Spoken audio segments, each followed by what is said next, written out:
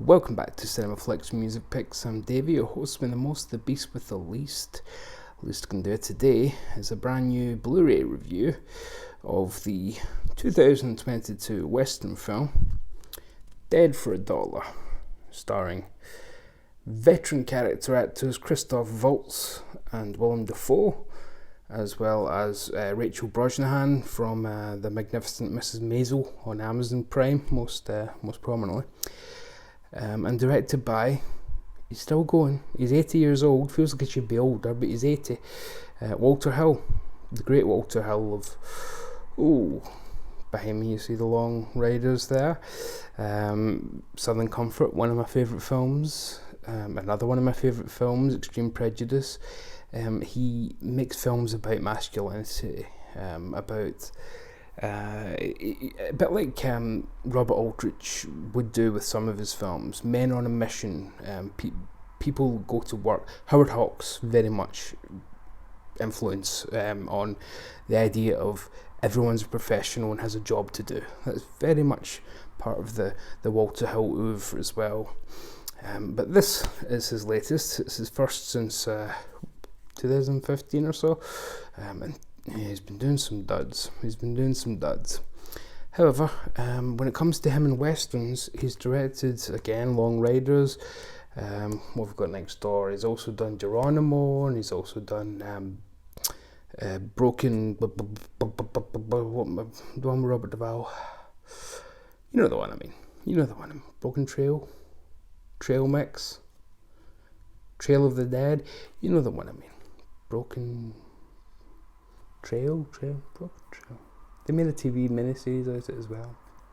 Anyway, that's not what we're reviewing. It's this. So Dead for a Dollar. Not often do I come on and review things where I'm in the middle, because it's a terribly dull place to be.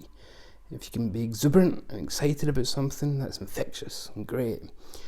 And if you can really rag on something, that's got its own entertainment value. But when something's just,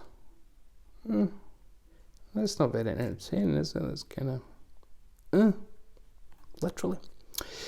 So, Dead for a Dollar is impossibly cliched. Our start of the film sees Willem DaFoe released from prison after a 5-year stint. He was caught by Christoph Waltz playing a bounty hunter, Django Unchained much, and says there'll be a reckoning. One day there'll be a reckoning. Yeah, we leave it at that. Christoph Waltz is then hired to go south of the border, down Mexico way, to rescue the kidnapped Rachel Brosnahan, who has been taken by a US soldier who's gone AWOL and taken this poor defenceless white woman. Christoph Waltz, is given a lot of money by a rather sinister looking fop to go down and bring her back, keep it off the books. He doesn't want, crucially the husband says, I don't want my reputation ruined. Doesn't really care about hers. So Christoph Waltz and his partner essentially go down south, and that's pretty much where we're headed here. Can you guess what the next part of the cliche is?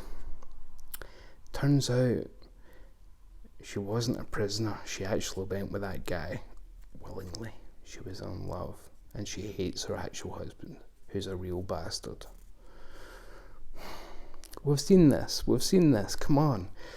We've seen it from the professionals and things, It's in a couple of Anthony Mann's westerns, this exact cliche of, I'll go and rescue them. Oh wait, it turns out they don't need rescued.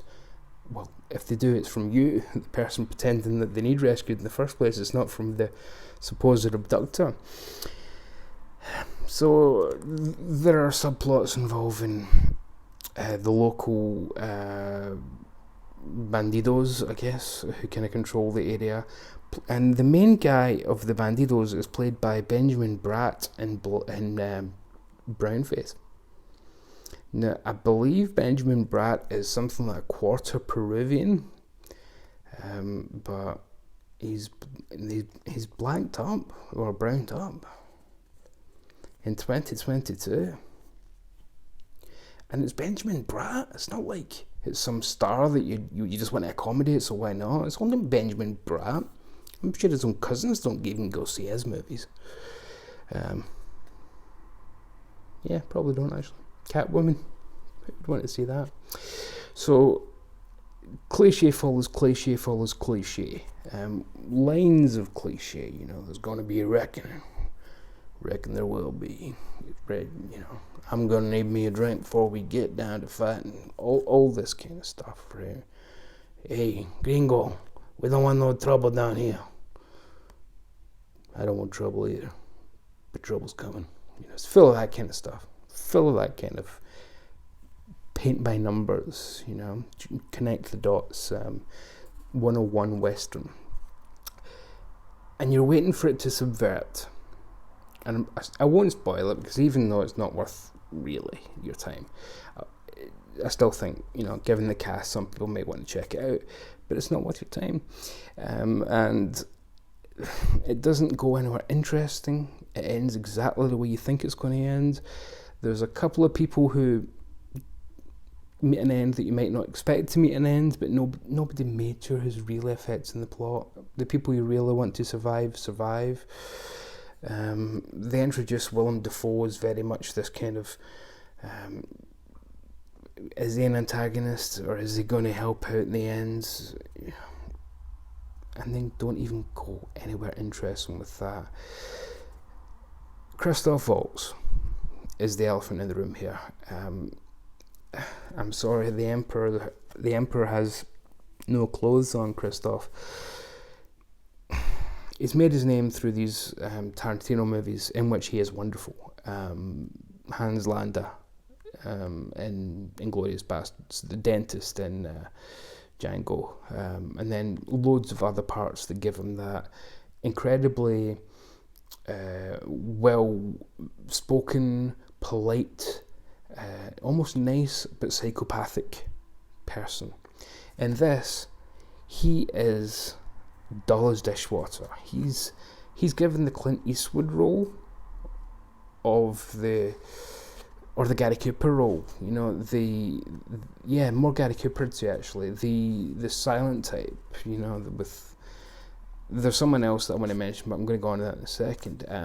He's given that stoic role of a man who lives in a lawless system and sometimes has to break the law, but always has his own moral codes that kind of allows it.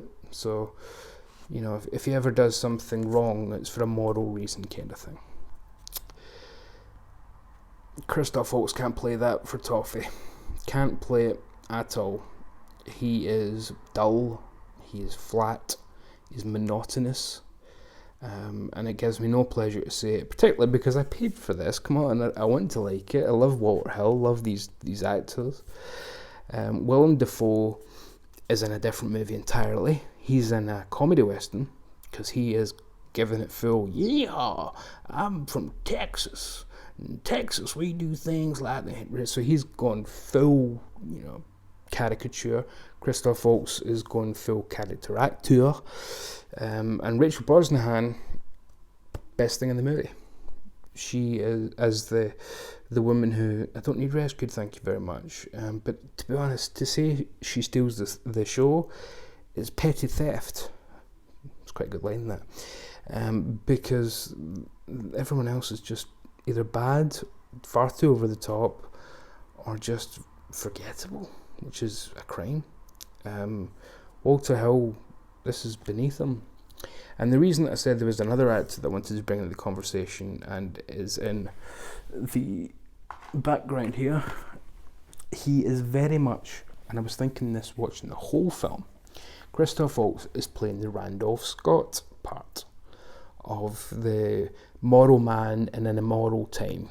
Right, here's the indicator box set of the Randolph Scott Bud Bodecker films, the full renown cycle, the full renown cycle, excluding 7 Men From Now, which is with Paramount, so they couldn't license that.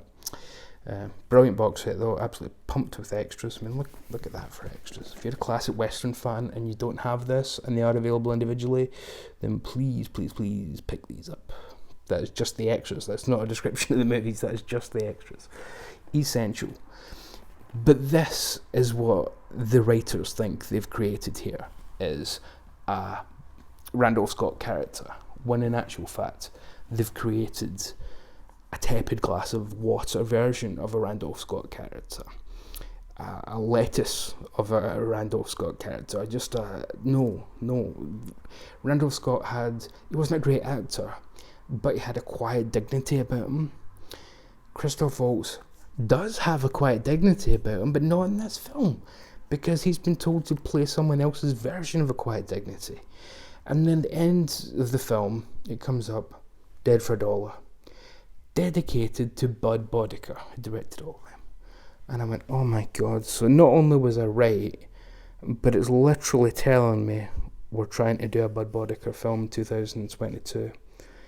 To which I say, well, you've just miscast it then. You've completely miscast it.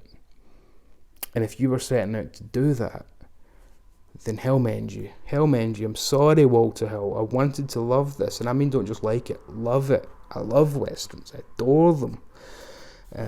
But, yeah, the guy who made this, one of the great Westerns of, I mean, I think it was, 1980, but it's like late 70s, essentially, to early 80s, so that kind of period.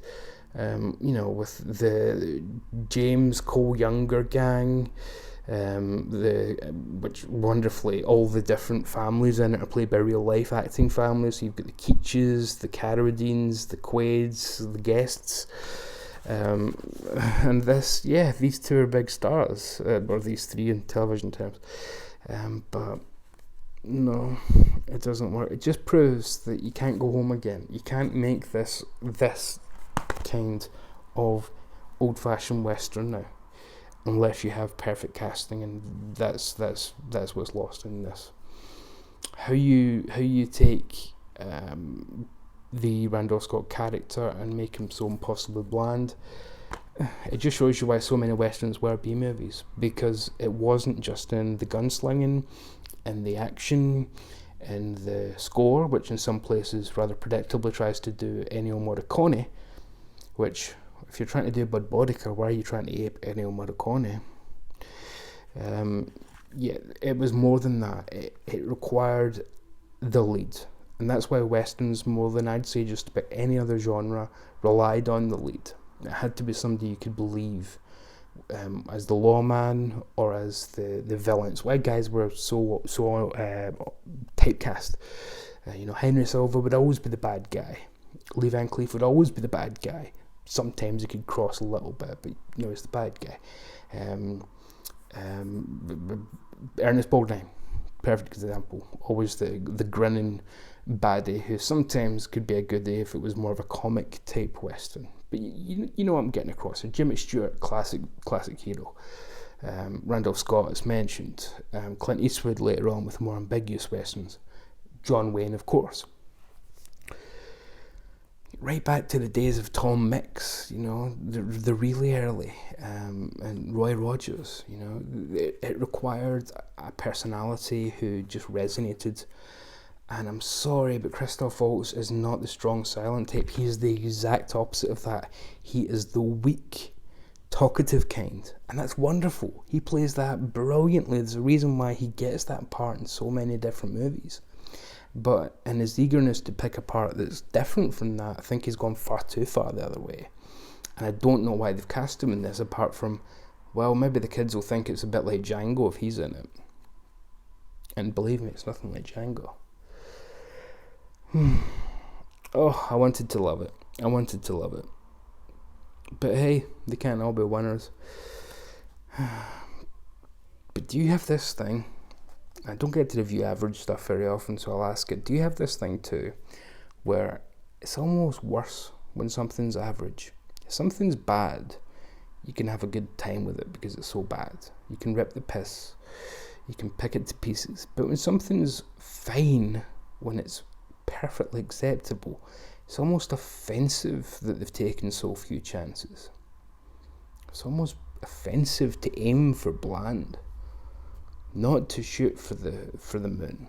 You know, I find that much more offensive than aiming high and missing completely. At least you took a shot in the first place. This doesn't. This absolutely doesn't. One thing I will say is mostly colourblind casting. I really appreciated that.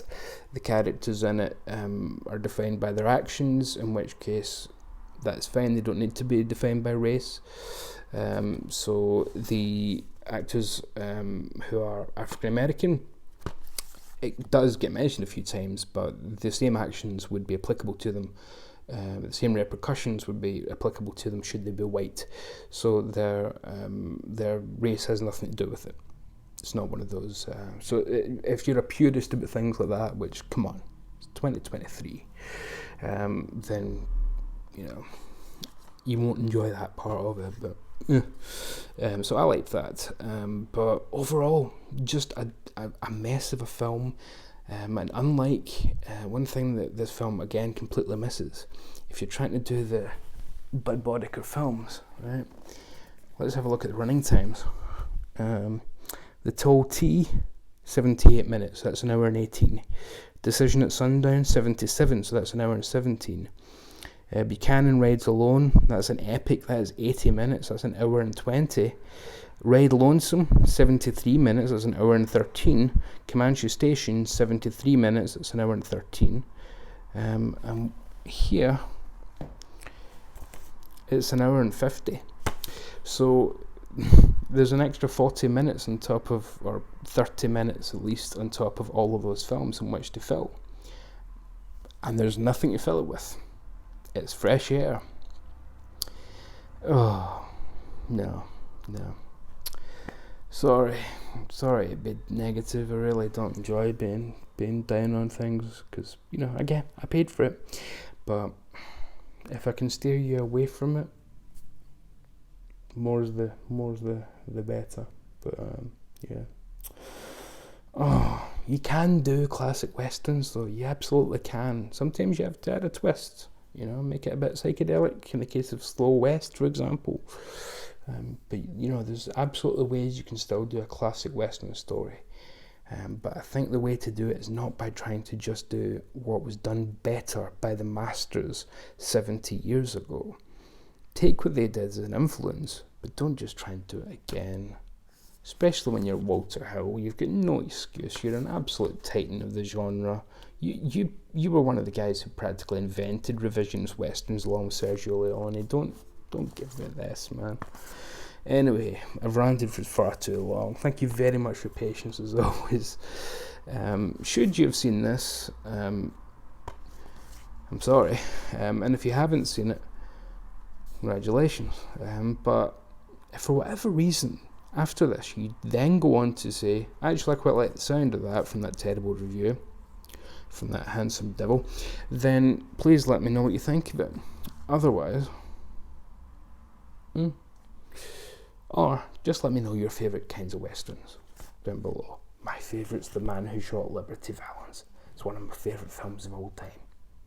I don't know why I'm trying to keep this secret. First of all, there's nobody here, and why would I possibly be ashamed of that? Anyways, as always, stay very safe out there. You never know when those gunslingers are going to come for you. Maybe a bounty out, who knows? And, well, I suppose love and mercy. See you next time.